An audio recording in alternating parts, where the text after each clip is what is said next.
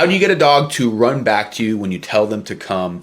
This commenter's dog walks back on those recalls. So first of all, know the dog that you have. Some dogs just don't have that drive and that gear, and they're just not the kind of dog that's going to be sprinting back to you. And that's okay. If they're coming, you're ahead of the curve, because a lot of dogs aren't going to listen to that recall. So I would focus on just having them come back at any speed before anything. But if you want your dog to speed up during those recalls, first of all, have a great relationship with them and always have something to give them. Never recall your dog unless you have a high value treat or toy to give them, so that they're not coming back to you just for nothing.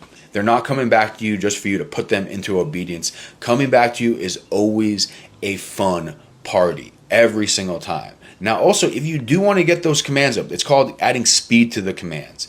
You have to use negative reinforcement.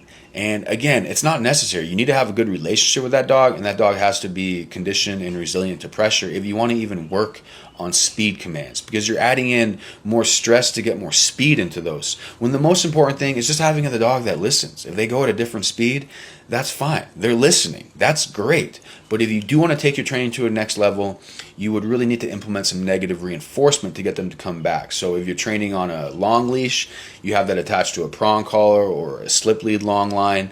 And when that dog comes back to you, you're going to want to speed them up and give them, praise and a reward for coming to you in a quicker fashion. So if they turn around and they're kind of lollygagging, pressure to get them to speed up. As soon as they speed up and they have more pep in their step, release the pressure, mark and reward. It's the same thing that goes into the e-collar when you have them off leash. If you tell them to come and they're kind of lollygagging, you apply those low levels of pressure as negative reinforcement until they have some more pep in their step, and you can also urge them along with that long line attached to that training collar at the same time to negatively reinforce the speed factor of it. Some people who are competing will do this with all their commands because they need a fast down, they need a fast sit. And the negative reinforcement is the thing that will communicate it to the dog in their brain that, oh, I need to speed this up. I need to get a little more pep in the step. It's kind of like activating the drive a little more. It's getting them more aroused by using that pressure.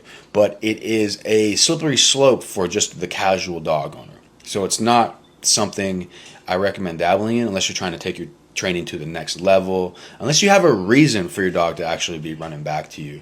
It's not something I would worry about too much, but that would be the basis of how you would start that process.